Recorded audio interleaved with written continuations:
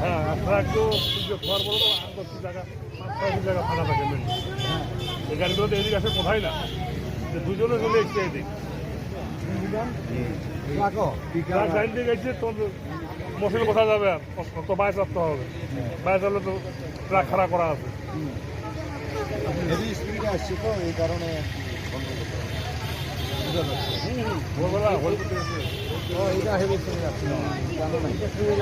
এই গাড়িটা কেন ডাইন দিকে আসলো আমার প্রশ্ন লাগলো এখানে হ্যাঁ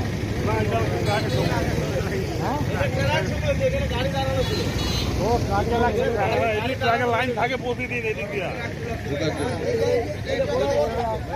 এই জায়গায় ট্রাক ছিল একটা ব্যারি পালাইছে বোধ হয় এখন এই লোকের কি অবস্থা